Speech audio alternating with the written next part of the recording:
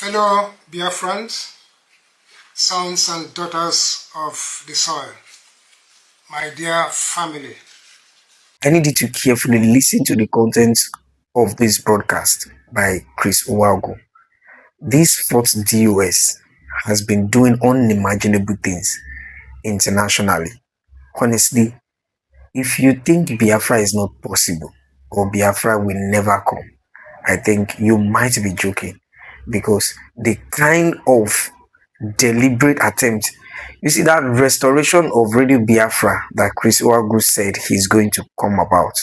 Listen to the video carefully and you will hear a lot of things. So if you have been having some misinformation, misconceptions about the leadership of Biafra and how it has been playing out of recent, I think you need to listen to this, and this video will clear those misconceptions. Today, I stand before you with a heavy heart, but with an unbreakable resolve. I stand not merely as the head of the fourth administrations of the Directorate of State of the indigenous people of Biafra, but as a son of Biafra who has watched with profound pain as our sacred mission movement endured years of internal divisions, confusion, and controversy. By the grace of Chukwu Okike Abiyama and under the authority vested upon me by our Supreme Leader Mazi Nnamdi Kanu, I make this solemn pledge before every Biafrans across the world. The era of confusion, betrayal, abandonment, and internal sabotage is over. Our movement must return to the principle upon which it was founded: truth, loyalty, discipline, sacrifice, accountability, and absolute commitment to the restoration of Biafra. Today, our Supreme Leader has exercised his constitutional authority from Sokoto Custodian Center by reconstituting the Directorate of State. Predictably, some of those who have been removed are now challenging the very authority they previously relied upon. Their opposition demonstrates either a failure to study the IPOB Code of Conduct or deliberate refusal to accept its clear provisions. Let us remember an undeniable fact. The previous Directorate of State was appointed by Onyendi Mazi Nnamdi Kanu while he was detained in Kuje prison. They accepted those appointments without hesitation. They exercised the authority delegated to them from Kuje prison.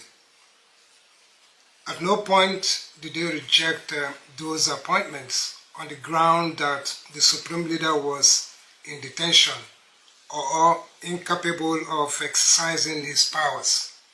Yet, when their actions were questioned and their ambitions exposed, they suddenly began advancing the argument that the same leader who appointed them had somehow become incapacitated and could no longer exercise his authority.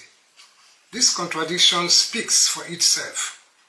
Authority cannot be valid when it benefits you and becomes invalid when the moment you are held accountable. Our code of conduct is unequivocal. The absolute authority to appoint, suspend, dissolve, and dismiss principal officers of IPOB rests exclusively with our Supreme Leader, Onyendi Mazi Nnamdi Kanu. That authority cannot be delegated away, usurped, or vetoed by any committee, individual, or group. The command and control structure remains exactly as established. Authority flows from Onyendu through the Directorate of State and down every recognized structure of our movement. That principle shall never again be compromised. Accordingly, let this serve as a formal notice to all concerned.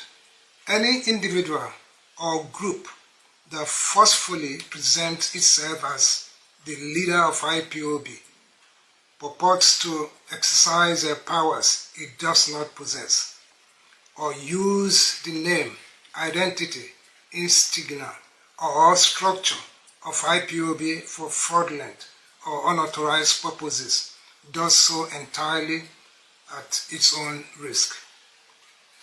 Such conduct may expose those responsible to legal consequences under the laws of the jurisdictions within which they reside.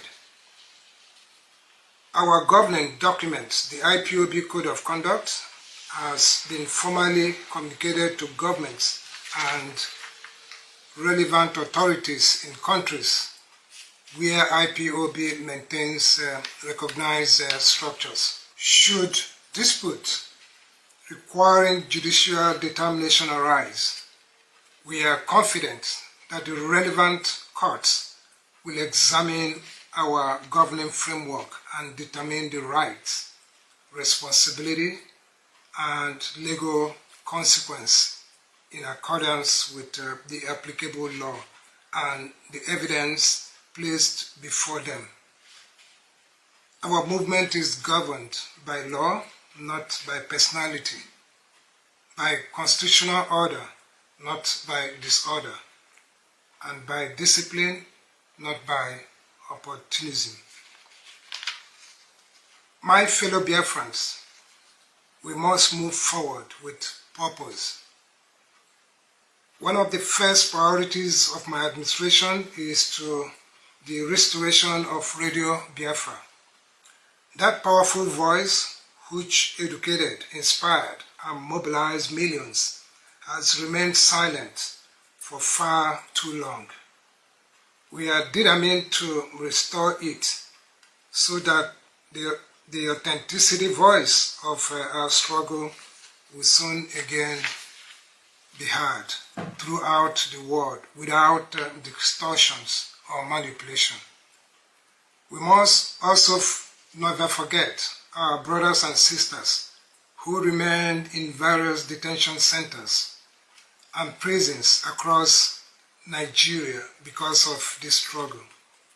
Our legal team has commenced identifying individuals who have remained in the custody of the Department of State Services, DSS, for extended periods, as well as those held in various correctional facilities. Efforts are ongoing to facilitate appropriate legal representations and to pursue all lawful avenues available for their cases.